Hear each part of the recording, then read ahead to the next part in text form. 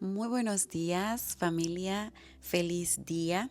Recuerdan que ayer les mencionaba, cuando hablábamos acerca de la nueva era, que una de las cosas más tristes es el tema de la reencarnación.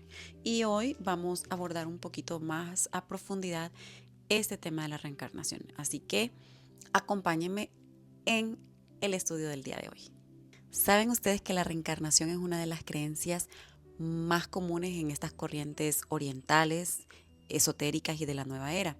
Y aunque existen algunas diferencias entre algunos grupos, la idea básica es que una persona vive muchas vidas sucesivamente y en diferentes cuerpos para aprender, para evolucionar, para corregir los errores del pasado. Esto es como cambiarse de ropa cada día.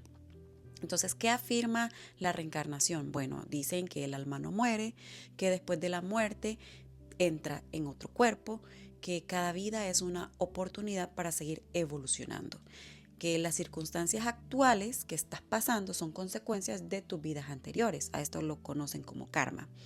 El objetivo final es alcanzar un estado superior de conciencia o una liberación. Por ejemplo, algunas corrientes enseñan que una persona que sufre hoy podría estar pagando acciones que hizo en su vida pasada. Es un círculo, algo que no termina. ¿Por qué se da la reencarnación según estas corrientes?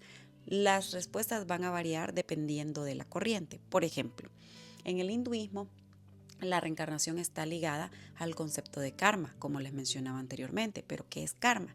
Bueno, el karma es la idea de que cada acción genera consecuencias que pueden extenderse a futuras vidas.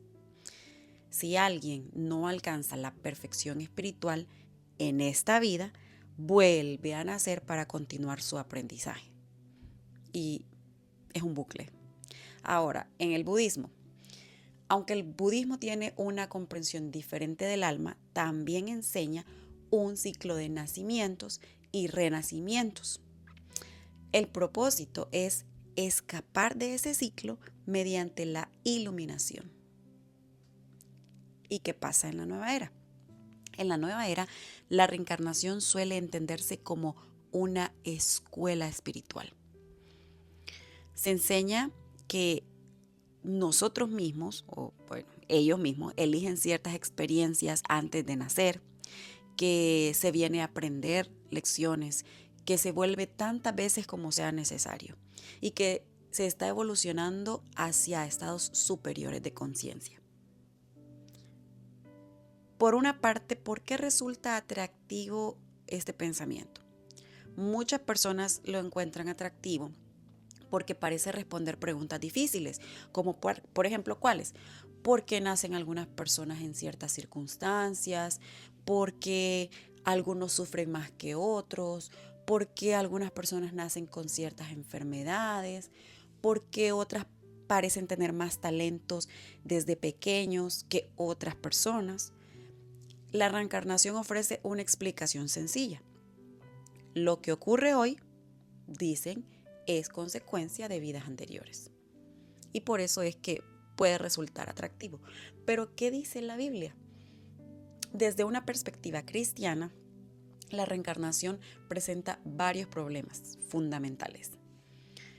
La Biblia describe una secuencia diferente. En la Biblia menciona que está el nacimiento, o sea, la vida, la muerte, la resurrección y el juicio. Hebreos 9:27 dice, está establecido para los hombres que mueran una sola vez y después de esto, el juicio. La escritura nunca presenta múltiples vidas terrenales sucesivas. Eso no es así.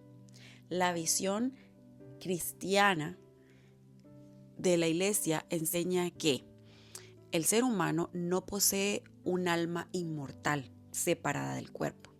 La persona es una unidad indivisible, es decir, al morir la persona entra en un estado inconsciente. La esperanza cristiana no es volver a nacer, sino resucitar cuando Cristo regrese. Por eso, la doctrina cristiana de la resurrección es totalmente incompatible con la reencarnación.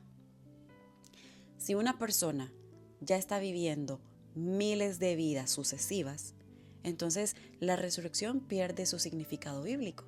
No hay lógica para esto. Según ciertas versiones, la reencarnación y los llamados contratos del alma, una persona habría escogido ciertas experiencias difíciles antes de nacer para aprender lecciones espirituales, para saldar karma o para acelerar su evolución espiritual. Y entonces, aquí es lo triste. Aparte de todo lo que ya les mencioné, que bajo esa lógica, algunos autores de la New Age han llegado a sugerir que experiencias tales como enfermedades graves, la pobreza, las discapacidades, los abusos sexuales, la violencia, las pérdidas familiares, podrían formar parte de un plan elegido por el alma antes de encarnar. Es decir, que si te sucedió algo malo, si te violaron, si te ultrajaron, lo que estés pasando, la pobreza, la necesidad, la muerte de un familiar, la discapacidad, lo elegiste antes de nacer. Esta idea ha sido muy criticada incluso por personas fuera del cristianismo porque puede llevar a conclusiones moralmente problemáticas. Por ejemplo, una persona víctima de violación o tortura podría, imagínense que le digan, tú lo elegiste antes de nacer, tú para poder crecer. Entonces muchos consideran que esto puede añadir culpa o confusión al sufrimiento que la víctima ya está atravesando. ¿Qué dice el cristianismo acerca de esto? La versión que la Biblia me enseña es totalmente diferente. ¿Recuerdan cuando Jesús encontró a un hombre ciego de nacimiento y los discípulos le preguntaron, ¿quién pecó, este o sus padres? Lo pueden leer en el libro de Juan capítulo 9. Jesús rechaza esta forma simplista de explicar el sufrimiento. Él dijo, ni él ni sus padres. La Biblia no enseña que una persona haya elegido antes de nacer ser abusada, ser violada, ser torturada, tener una enfermedad mortal. Más bien presenta un mundo afectado por el pecado, donde existe maldad humana porque existe libre albedrío, que es toda la respuesta que porque si Dios existe hay tanto sufrimiento. Existen injusticias reales, personas inocentes que sufren por decisiones pecaminosas de otros y desde la perspectiva cristiana una violación es pecado del agresor, no una lección previamente seleccionada por la víctima para tratar de aprender qué. Desde una perspectiva cristiana, la explicación principal del sufrimiento no es el karma, no son las decisiones tomadas en las vidas anteriores, se encuentra dentro del gran conflicto entre Cristo y Satanás. En un mundo caído, Dios no origina el mal. Las personas tienen la libertad para decidir hacer el bien o hacer el mal. El sufrimiento no siempre tiene una explicación inmediata y Dios claramente puede sacar bien de situaciones terribles, pero eso no significa que las haya planeado o que la víctima las haya escogido. Por ejemplo, voy a buscar el versículo en el capítulo de Job. Por eso cuando alguien sufre una atrocidad, la respuesta bíblica no es tú lo elegiste antes de nacer. La respuesta más bien es Dios ve tu dolor, condena la injusticia y promete restaurar lo que el pecado ha destruido.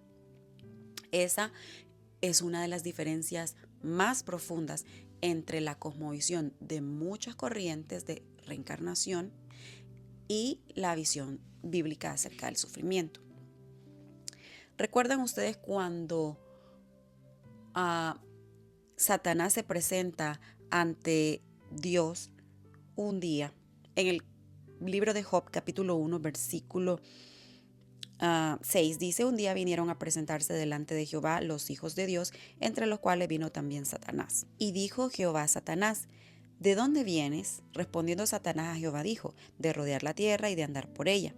Y Jehová dijo a Satanás, ¿no has considerado a mi siervo Job?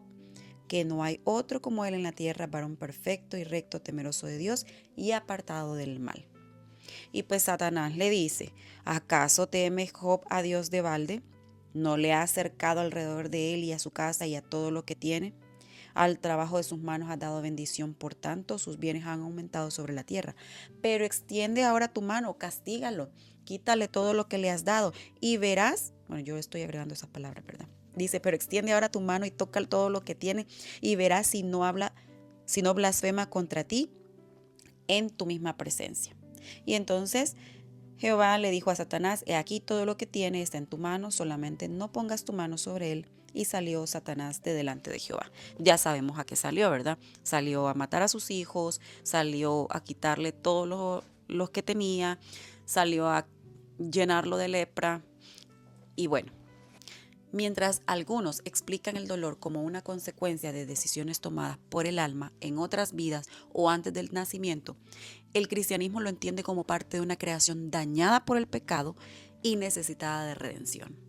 También como parte de un conflicto cósmico que existe entre Dios y Satanás.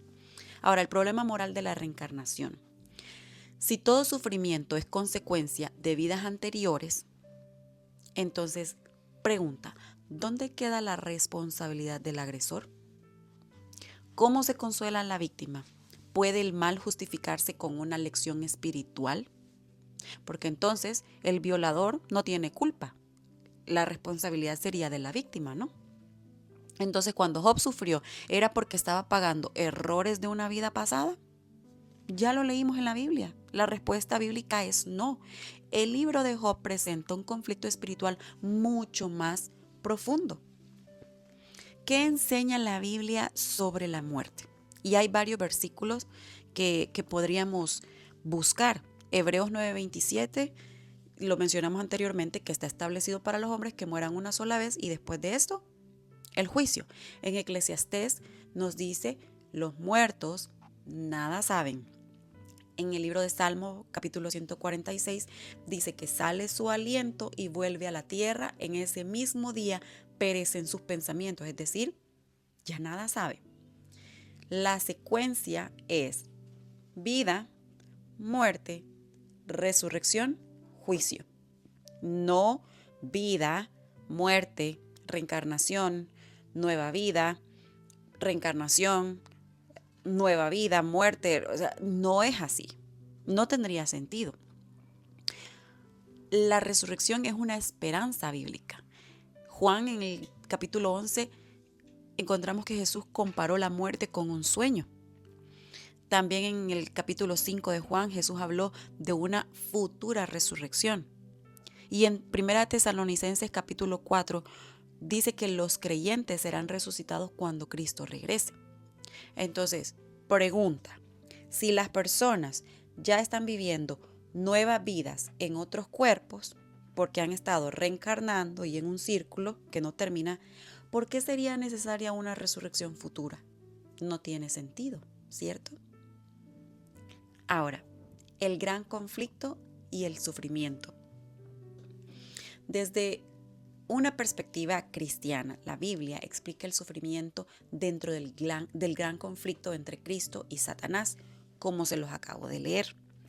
El sufrimiento existe porque el pecado entró al mundo, al principio por nuestros primeros padres. El ser humano posee libre albedrío, es decir, yo soy libre de decidir hacer algo malo o bueno. Existen decisiones humanas perversas. Vivimos en una creación afectada por el pecado. Lo que la Biblia no enseña es que las víctimas eligieron ser abusadas, torturadas, maltratadas. Los niños no escogieron sufrir. Las tragedias no fueron seleccionadas antes del nacimiento para venir a padecerlas aquí. Lo que sí me enseña es que Dios condena la injusticia, Dios acompaña al que sufre, Dios promete restaurar todas las cosas y que Cristo es la respuesta al dolor. Isaías 53 dice que Jesús fue despreciado, rechazado, herido, quebrantado. Llevó sobre él nuestras cargas. Cristo no vino a explicar filosóficamente cada sufrimiento. Él vino a cargar con él. La cruz no nos enseña que el dolor fue escogido por la víctima.